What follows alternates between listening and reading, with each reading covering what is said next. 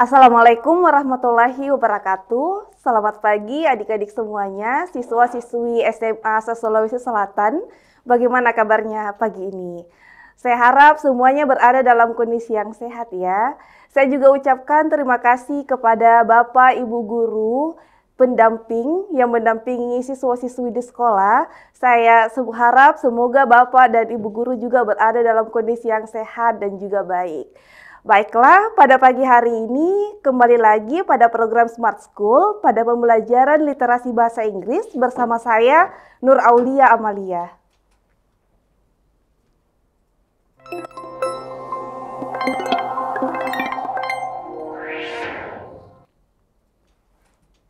Baik, jadi pembelajaran pagi ini kita akan mempelajari materi literasi bahasa Inggris dan ada beragam macam atau beragam jenis dari soal literasi bahasa Inggris. Salah satunya yaitu materi ini ya, adik-adik sekalian, yaitu Outdoors Attitude.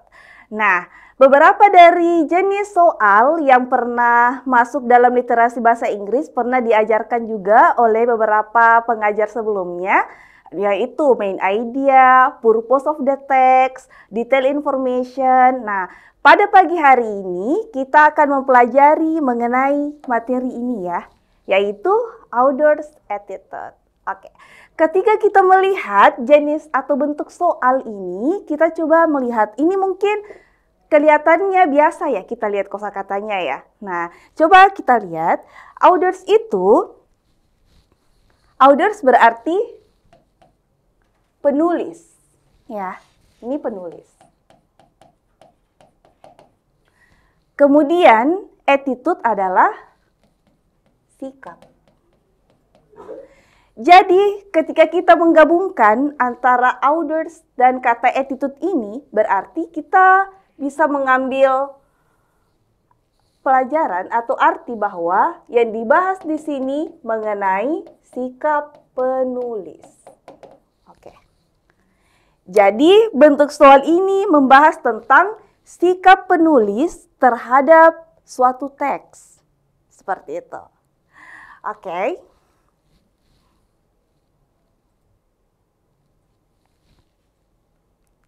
Nah, ini yang akan kita bahas pada saat ini atau pada pertemuan kali ini, yaitu definisi. Apa itu yang dimaksud dengan outdoors attitude? Kemudian, setelah membahas tentang definisi, kita masuk kepada bentuk soal. Jadi apa-apa saja bentuk soal yang terdapat dalam outdoors attitude. Kemudian setelah itu kita bahas bagaimana trik untuk menjawab soal yang berkaitan dengan outdoors attitude ini. Nah, oke, baiklah ya. Kita masuk pada definisi.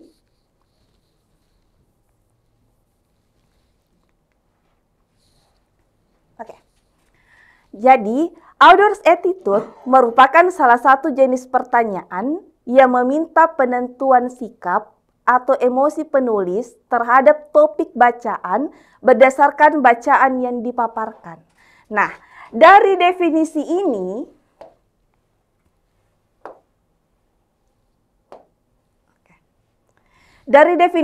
kita mengetahui bahwa yang ditanyakan pada soal ini yaitu sikap atau emosi penulis terhadap topik bacaan. Nah, misalnya kita disajikan sebuah teks, dan teks itu apakah teks itu berkaitan dengan education, pendidikan, atau berkaitan dengan health, kesehatan, dan sebagainya. Nah, dari teks yang dituliskan oleh penulis itu, kita mengetahui atau kita diminta untuk menentukan kira-kira sikapnya penulis ini apa ya? Apakah sikapnya mendukung? Ataukah sikapnya itu ragu? Ataukah sikapnya pesimis? Nah, itu yang mau kita tentukan pada jenis soal seperti ini. Ya. Jadi intinya apa? Author's attitude itu sikap atau emosi penulis terhadap topik bacaan. Oke. Nah, jenis author's attitude itu ada 3 ya. Nah, jenis sikap penulis itu ada 3. Dibagi menjadi 3 secara garis besarnya. Nah, yang pertama yaitu positif. Oke, yang mana itu sikap positif? Ini ya, adik-adik. Optimistic, sympathetic, dan joyful. Oke, kalau kata optimistic ini kayaknya sering ini didengar. Nah, ini bahasa keseharian ya. Jadi optimis berarti. Oke, kalau simpatetik ini berarti simpati. Gitu. Sedangkan kalau joyful ini sepertinya tidak biasa Kak kita dengar. Nah, joyful ini artinya gembira atau senang ya.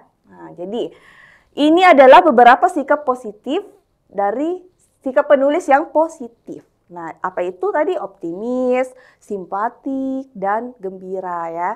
Nah, kemudian yang kedua, ada namanya sikap yang termasuk ke dalam negatif. Sikap penulis termasuk ke dalam negatif. Yang mana itu? 1, pesimistik. Ya, ini lawannya tadi optimis ya. Jadi pesimistik, skeptical, skeptis, doubtful. Ya, ini kalau biasa mungkin tidak biasa ya kita dengarnya atau tidak familiar. Jadi doubtful itu artinya ragu adik-adik ya. Kemudian concern. Nah, concern ini artinya prihatin. Oke. Sedangkan indifferent itu artinya cuek.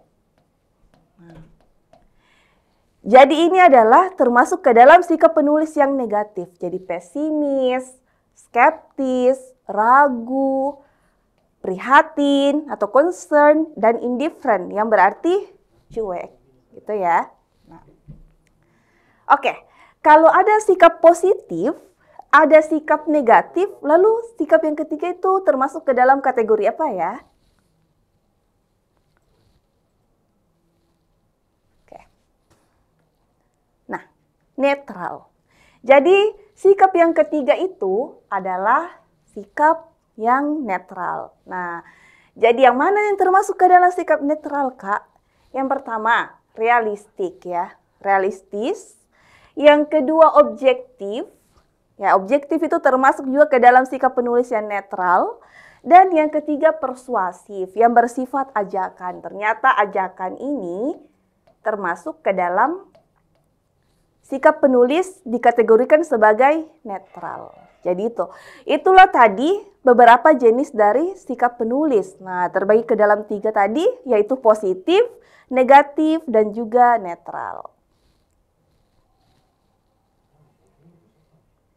Oke. Nah, sekarang coba kita lihat ke dalam bentuk soal. Ini adalah beberapa dari bentuk soal atau kata-kata atau kalimat yang biasanya tertulis di dalam soal SNBT atau soal UTBK yang menanyakan sikap penulis. Oke, yang pertama kita bisa lihat, what is the author's attitude toward? Ya, jadi apakah sikap penulis terhadap? Nah, ini towards ini ya tergantung dari temanya ya. Misalnya toward the education misalnya, tentang pendidikan. Ataukah bisa juga toward the text ya, terhadap teks. Nah, bisa seperti itu ya. Jadi ini adalah bentuk soal. Oh, jadi kalau kita melihat kalimat soal seperti ini, berarti kita langsung mengetahui kalau jenis soal yang ditanyakan ini adalah jenis soal author's attitude ya. Jadi, what is the author's attitude towards? Apakah tentang langsung temanya? Adik-adik, bisa juga itu langsung temanya. terhadap misalnya health misalnya ya. Ini terhadap education. Nah, contoh. Bisa juga langsung dia mengatakan terhadap teks. Bisa juga seperti itu. Jadi, apakah sikap penulis terhadap teksnya? Nah, itu. Jadi, itu adalah bentuk soal yang pertama. Oke, coba kita lihat bentuk soal yang kedua yang menunjukkan kalau soal ini membahas tentang author's attitude, yaitu ini. The author's attitude regarding is, nah misalnya regarding the text misalnya. Ya. Jadi sikap penulis terhadap teks adalah, ya seperti itu ya. Nah, jadi itu adalah bentuk kedua dari soal yang menunjukkan kalau jenis soal itu disebut dengan author's attitude. Nah, kemudian yang ketiga, kalau yang pertama, bentuk soal yang pertama dan bentuk soal yang kedua ini kentara ya. Kalau ini yang ditanyakan adalah author's attitude. Ini ada tulisannya seperti itu.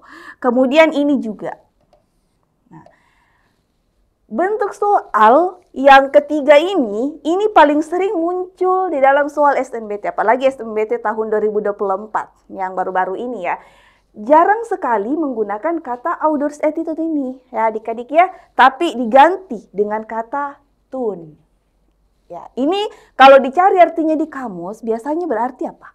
Mungkin ada yang mengatakan kalau ini nada ya. Nah, tapi di dalam soal literasi bahasa Inggris, ketika adik-adik melihat soal jenis seperti ini, what is the tone of this passage? Yang berarti, oh ditanyakan ini adalah sikap penulis. Nah, itu. Jadi jika adik-adik melihat soal yang menanyakan tentang tone of this passage, berarti yang ditanyakan adalah sikap penulis. Nah, ini adalah bentuk yang paling sering muncul ya, yang tahun kemarin, tahun 2024 ini yang paling sering. Gitu.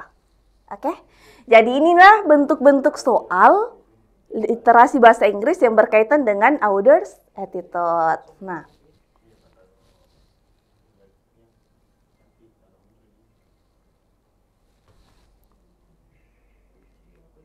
oke. Setelah tadi kita bahas definisi, lalu kita membahas tentang bentuk-bentuk soalnya. Nah, sekarang kita masuk kepada triknya.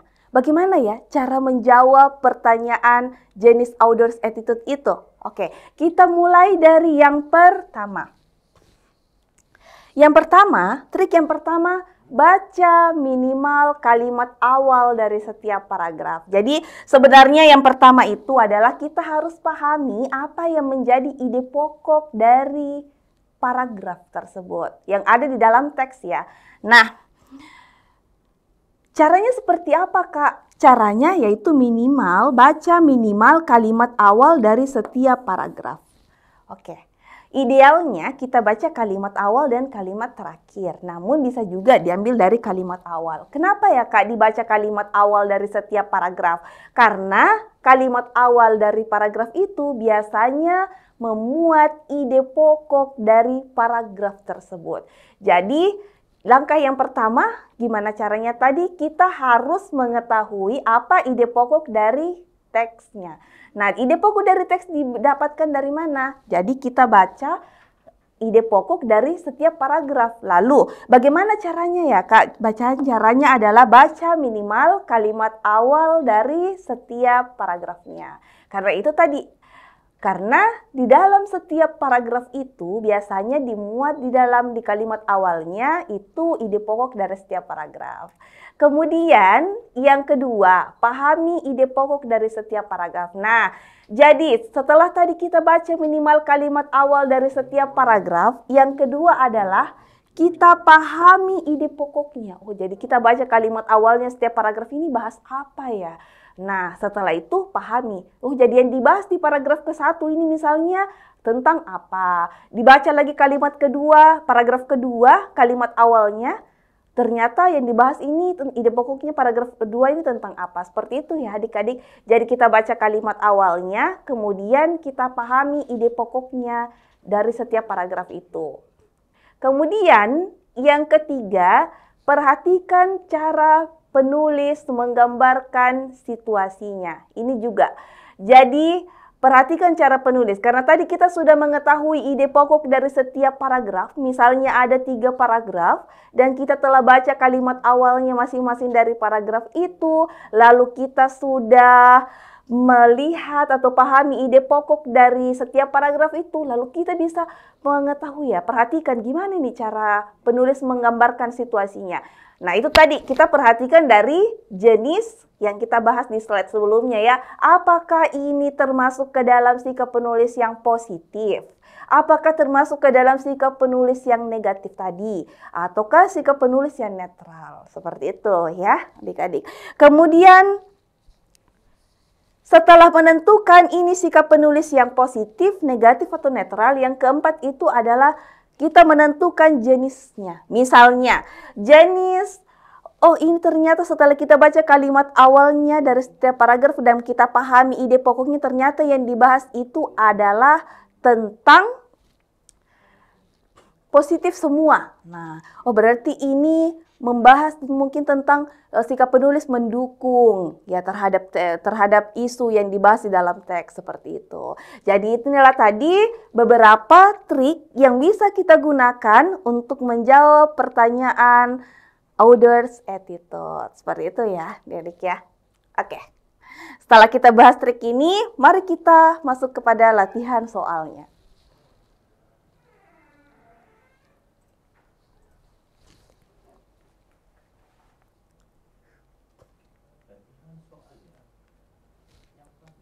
Oke, ini ya latihan soal. Nah, di teks ini terdapat 3 paragraf. Kita lihat, jadi di teks ini ada 3 paragraf ya adik-adik. Nah, oke. Ada satu hal yang harus kita perhatikan dan harus kita ingat di dalam mindsetnya kita bahwa, misal, mungkin ada yang mengatakan kalau teks ini termasuk ke dalam teks yang panjang, Kak. Oke. Nah, ingatlah bahwa bagaimanapun panjangnya soal literasi bahasa Inggris, hal yang pertama yang harus kita perhatikan adalah bentuk soal atau apa yang ditanyakan pada soalnya. Nah, coba kita perhatikan apa yang menjadi pertanyaan pada soal ini. Soal ini menanyakan tentang author's attitude regarding BPA is. Oke, jadi penulis ini menanyakan tentang sikap penulis terhadap BPA. Oh, jadi sikap penulis terhadap BPA ini. Nah, oke. Berarti coba kita perhatikan pada slide sebelumnya ya, pada teksnya.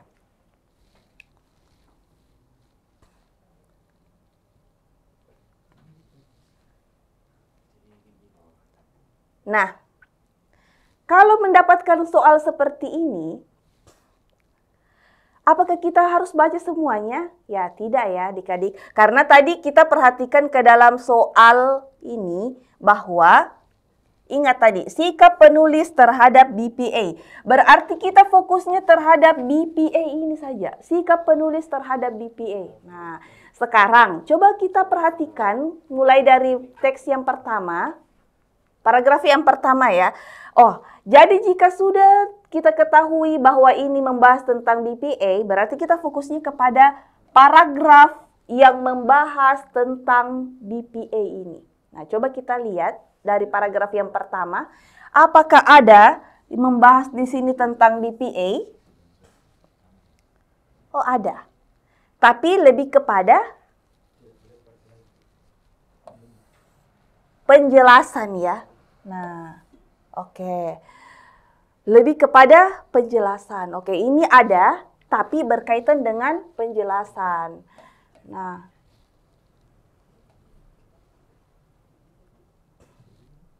penjelasan atau definisi, ya kan di sini. Oh, berkaitan dengan penjelasan atau definisi. Kemudian, coba kita lihat di paragraf yang kedua. Apa yang dia lihat? Nah, kita lihat di kalimat awalnya paragraf yang kedua ini. Coba kita lihat. Bahwa the problem is that, oke, kita mulai dulu dari paragraf yang pertama. Nah, coba kita lihat. Can exposure to plastic harm your health? Bisakah paparan, ini paparan ya, Bisakah paparan plastik ini membahayakan kesehatan Anda? Nah, it's a question currently being explored. Ini adalah pertanyaan yang baru-baru ini dieksplor oleh peneliti setelah ada penelitian, recent study itu penelitian terbaru bahwa traces of synthetic chemical called bisphenol A, BPA. Nah, makanya disebut dengan BPA seperti itu ya. Nah, inilah kenapa dikatakan tadi kalau ini berisi tentang penjelasan apa yang disebut dengan BPA. Kemudian yang ini, kita lihat kalimat awalnya paragraf yang kedua. The problem is that BPA can be absorbed through skin contact. Nah, disinilah kita dihadapkan dengan apa? Mulai ada problem, ya adik-adik ya, masalah. Masalahnya bahwa BPA ini can be absorbed. Absorb itu artinya adalah diserap. Oke. Jadi masalahnya adalah BPA itu can be absorbed, bisa diserap through skin contact. Melalui, jadi through itu artinya apa? Melalui skin contact atau kontak kulit ya. Nah, kontak kulit. Oke. Ternyata ini BPA bisa diserap oleh kulit gitu dalam fisik kayak gitu ya. Itulah masalahnya. Oh, berarti ini dari sini dari paragraf ke-1 apa yang bisa kita simpulkan? Ternyata masih berisi tentang penjelasan apa itu BPA ya. Kemudian di paragraf kedua sudah membahas mengenai problemnya. Oh, ternyata problemnya itu karena BPA ini bisa diserap atau terserap oleh kulit. Kemudian coba kita lihat pada kalimat awalnya paragraf yang ketiga. Nah, kalimat awalnya paragraf yang ketiga adalah once in the human body. Nah, ketika di dalam tubuh manusia itu BPA itu, nah BPA lagi ya kan adik-adik, imitates. Nah, jadi kita baca ini kalimat awalnya ini. Mulai dari once in the human body hingga sampai system. Oke, coba kita lihat.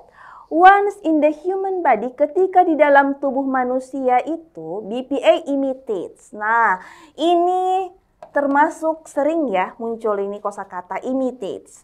Imitates itu BPA imitates the action of the hormone estrogen. Meniru atau tindakan. Nah, dari hormon estrogen dan disturbs. Oke, disturbs itu apa? Disturbs itu artinya mengganggu ya. Mengganggu. Oke, endocrine system. Berarti sistem endokrin. Nah, jadi di paragraf yang pertama tadi setelah kita baca kalimat awalnya berisi tentang penjelasan. Apa itu BPA? Di paragraf kedua tadi ada masalahnya katanya. BPA itu dapat terserap di kulit. Nah, kemudian di paragraf yang ketiga, dia katakan kalau BPA itu meniru aksi dari hormon estrogen dan mengganggu sistem endokrin. Nah, berarti di sini juga lebih membahas kepada problem atau dampak ya, adik-adik. Nah, Setelah membaca masing-masing kalimat awalnya setiap paragraf, coba kita tentukan kira-kira apa yang menjadi sikap penulis pada teks ini. Nah, terutama tadi yang berkaitan dengan BPA ya. Coba kita lihat. Apakah hopeful? Sebelum kita menentukan apa itu, apakah hopeful atau surprise atau indifferent, coba kita menentukan dulu. Apakah tadi ini penjelasan dari setiap awal kalimat, dari setiap paragraf itu termasuk ke dalam sikap penulis yang positif, negatif, atau netral? Nah, itu tadi cenderung kepada negatif ya adik-adik ya. Setelah kita lihat ke dalam jenis atau opsinya, ya ini semuanya berkaitan dengan negatif ya. Nah sekarang kita coba lihat, doubtful. Doubtful itu artinya ragu. Nah ini yang penting untuk adik-adik hafalkan kosakatanya ya. Apa itu doubtful, apa itu surprise, indifferent, concern, and pessimistic. Jadi kalau doubtful itu artinya ragu. Apakah tadi sikap penulis itu menunjukkan kalau ada keraguan? Tidak ya adik-adik ya. Nah, karena jelas dipaparkan di situ bahwa ada masalah ketika BPA itu terkena atau terserap langsung oleh kulit dan dapat juga mengganggu sistem endokrin. Jadi itu tidak ada keraguan di situ. Itu jelas-jelas diberitahukan di dalam teks yang tertulis itu. Oke, berarti ini kurang tepat ya. Oke. Apakah B, sikap penulis itu jadinya surprise? Oke, apa itu surprise? Terkejut? Apakah sikap penulis itu menjadi terkejut, kaget? Ya, tidak juga ya adik-adik ya. Oke, ini juga kurang tepat. Oke, next. Apakah C? C itu indifferent. Nah, indifferent ini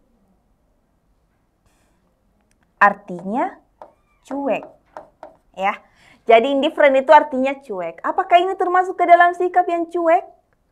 Jika sikap penulis itu cuek, tidak mungkin di dalam teks itu dipaparkan apa masalah yang muncul jika BPA itu terserap oleh kulit manusia dan bisa juga dampak-dampaknya terhadap sistem endokrin. Ketika penulis itu cuek, itu tidak mungkin tertulis di dalam teks seperti itu ya.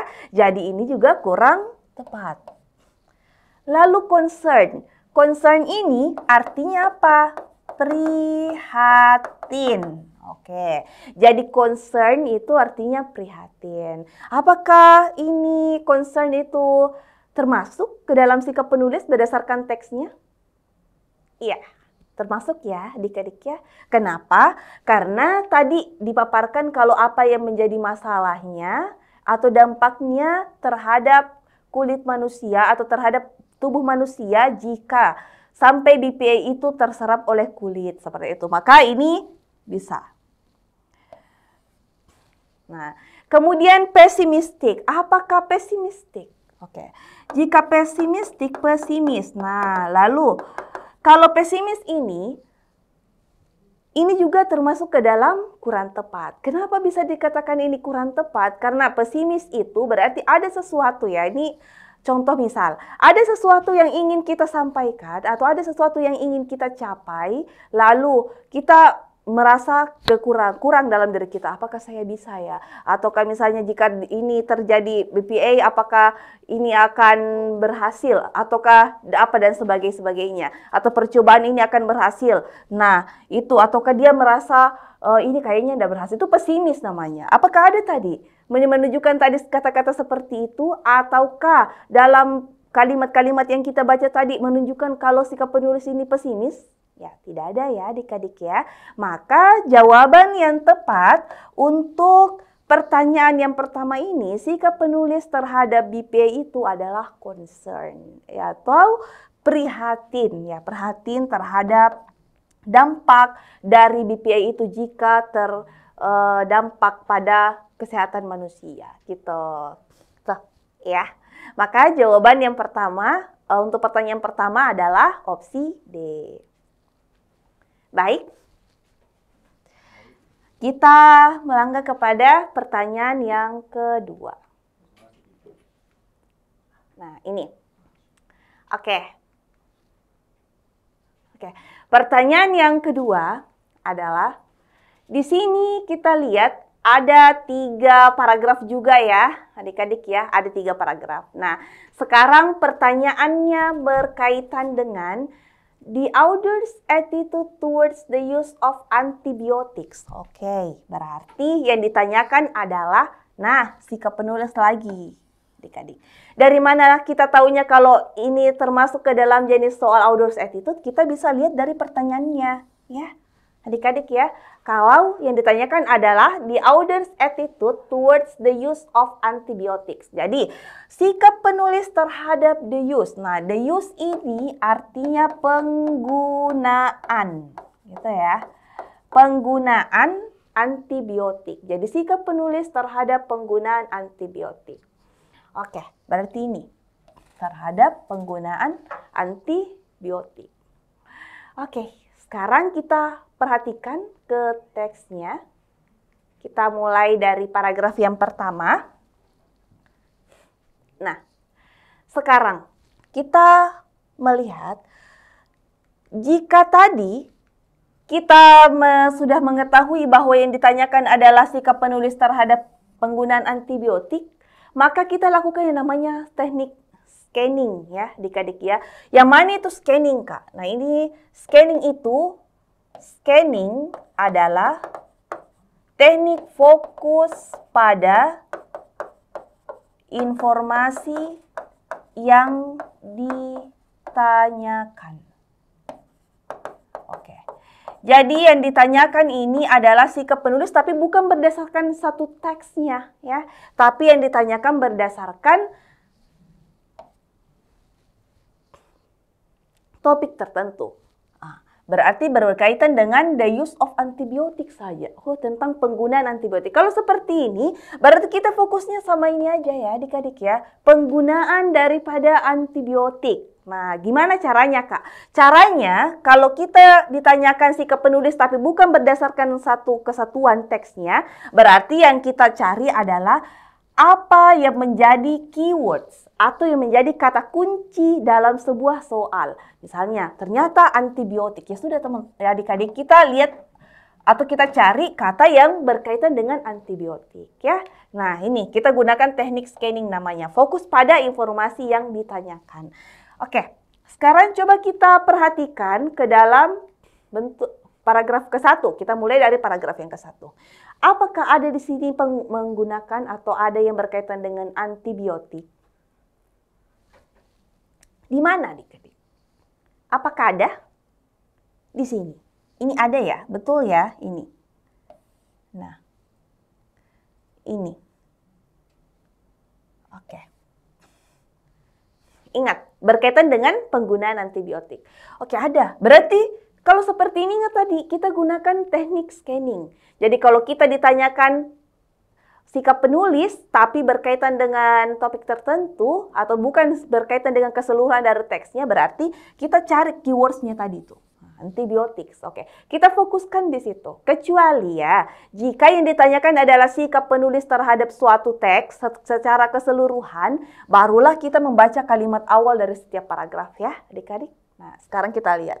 Di sini, mulai dari kata ini ya, sampai useless. Nah, sekarang ya, they are afraid in a few generations antibiotics may become useless. Oke, mereka takut. Nah, mereka takut. Ada ketakutan di situ. In a few generations, di dalam beberapa generasi, antibiotik ini may become useless. Menjadi useless. Menjadi tidak atau kurang berguna ya. Kurang berguna. Nah, oke. Scientists have already discovered bacteria that do not react treated with antibiotics. Nah, ilmuwan, saintis itu ilmuwan ya adik-adik ya, ilmuwan. Oke, ilmuwan have already discovered, telah menemukan bakteri yang do not react if they treated with antibiotic, yang tidak bereaksi jika diobati dengan antibiotik. Nah, makanya tadi dikatakan di sini kalau ada sebuah afraid, ada ketakutan nantinya jika antibiotik ini menjadi useless, ya, menjadi kurang berguna seperti itu. Oke. Ini berarti masuk kepada negatif ya. Kata afraid itu masuk kepada sikap negatif. Oke, next kita coba lihat pada paragraf yang kedua. Ingat lagi, fokus kepada kata antibiotik tadi. Nah, karena kan yang ditanyakan sikap penulis terhadap antibiotik. Oke, di sini apakah ada? Nah, ada antibiotik di sini. Oke ya. Nah, coba kita baca. Dari kata doctors sampai wrong way. Kita lihat ya. Doctors and other health experts criticize that the fact that antibiotics are being used in a wrong way. Nah, jadi karena tadi kita lihat, kita baca di paragraf pertama yang berkaitan dengan antibiotik, katanya ada ketakutan jika nantinya antibiotik itu menjadi useless.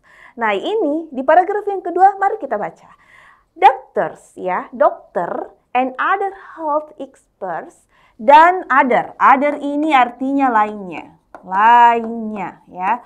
Health experts ini artinya ahli, ya. Nah, sedangkan health itu artinya kesehatan. Jadi kalau kita gabung ini semua menjadi apa? Dokter dan ahli kesehatan lainnya mengkritik the fakta bahwa antibiotics are being used in a wrong way. Bahwa antibiotik itu digunakan dalam atau dengan cara yang wrong. Apa itu wrong? Wrong itu salah, sedangkan way itu cara, ya. Selain bisa diartikan way itu jalan, bisa juga diartikan sebagai cara. Jadi ini ya. Jadi wrong itu adalah salah, sedangkan way itu adalah cara. Nah, berarti kalau kita artikan secara satu kalimat, jadinya dokter dan ahli kesehatan lainnya mengkritik fakta bahwa antibiotik itu digunakan atau dengan cara yang salah. Oh, berarti ini penggunaan tadi, ingat. Yang ditanyakan adalah sikap penulis terhadap penggunaan antibiotik. Oh, berarti ini digunakan dengan cara yang salah tadi. Oh, itu ya, yang kita bisa dapat dari pembahasan di paragraf yang kedua. Nah, sekarang coba kita lihat di paragraf yang ketiga. Nah, di paragraf yang ketiga ini kita melihat bahwa the World Health Organization, nah, atau biasa kita sebut dengan singkat dengan WHO, ya. The World Health Organization claims that many infectious diseases are becoming untreatable and cannot be controlled. Oke, kita baca kalimat awalnya, ternyata sampai di sini. Dari WHO sampai control. Oke, kalau kita lihat dari kata WHO sampai kata control, nah, jadinya WHO ini mengklaim bahwa banyak infeksi itu infectious itu infeksi, disease itu artinya penyakit. Jadi kata disease ini juga termasuk ke dalam jenis soal yang sering-sering atau jenis kosakata yang sering muncul dalam soal SNBT. Disease itu penyakit, are becoming untreatable and cannot be controlled. Jadi menjadi untreatable, tidak dapat diobati. Nah, tidak dapat diobati dan cannot be control and cannot be control dan tidak dapat dikontrol. Oke. Kalau kita lihat lagi, fokusnya tadi pada penggunaan antibiotik, apakah adik-adik melihat ada kata antibiotik pada paragraf yang ketiga ini? Ada ya adik-adik ya? Di mana? Di sini. Oke. Nah, sekarang coba kita baca kalimat yang ada antibiotiknya. Dari kata even sampai mass killers. Oke, even illness like pneumonia, bahkan illness. Nah, illness ini sinonim dengan kata disease tadi, yaitu penyakit. Bahkan penyakit seperti pneumonia, ya, which today, yang mana saat ini can be treated, dapat diobati secara efektif dengan antibiotik. Nah, dapat diobati secara efektif dengan antibiotik might once again turn into mass killers. Yang dulunya ya, dapat diobati, yang saat ini dapat diobati dengan antibiotik. Karena antibiotik tadi itu menjadi resisten, makanya penyakit infeksi itu tidak dapat diobati, maka yang tadinya ya atau yang saat ini penyakit pneumonia itu bisa diobati dengan antibiotik might once again turn into mass killers. Mungkin ya menjadi masuk juga ke dalam penyakit atau penyakit yang mematikan seperti itu ya. Nah, jadi kalau kita melihat seperti ini dari paragraf pertama, kita lihat bahwa ada ketakutan jika bakteri itu resisten maka tidak dapat diobati dengan antibiotik. Kemudian di paragraf yang kedua tadi juga membahas tentang ini digunakan dengan cara yang salah. Kemudian yang paragraf yang ketiga di sini membahas tentang yang saat ini bisa digunakan atau antibiotik itu untuk mengobati salah satunya adalah pneumonia, tapi karena bakterinya resisten, maka jadilah juga penyakit ini masuk ke dalam mass killers. Oke. Dari membaca paragraf 1, kedua, dan ketiga yang berkaitan dengan penggunaan antibiotik, kira-kira kalau kita ditanyakan bentuk pertanyaan seperti ini, sikap penulis terhadap penggunaan antibiotik, ingat tadi ya, terhadap penggunaan antibiotik. Oke, ini paling jelas itu ada di paragraf yang kedua tadi, membahas tentang digunakan dengan cara yang salah ya. Nah, sekarang coba kita tentukan, apa ya sikap penulis terhadap penggunaan antibiotik ini? Apakah termasuk ke dalam excited? Oke, apakah positif? Apakah dia termasuk concern? Apakah dia termasuk ke dalam sikap penulis yang passionate? Ataukah sikap penulis yang pessimistic? Oke. Nah, sekarang ingat tadi setelah kita membaca apa yang menjadi ide pokok dari setiap paragrafnya, ataukah dalam hal ini adalah apa yang dibahas pada topik yang berkaitan dengan antibiotik dalam setiap paragraf. Nah, sekarang coba kita tentukan tadi. Apakah ini sikap penulis ini masuk ke dalam jenis sikap penulis yang positif, ataukah masuk ke dalam jenis sikap penulis yang negatif, ataukah jenis sikap penulis yang netral. Nah, kira-kira masuk ke dalam sikap penulis yang seperti apa adik-adik?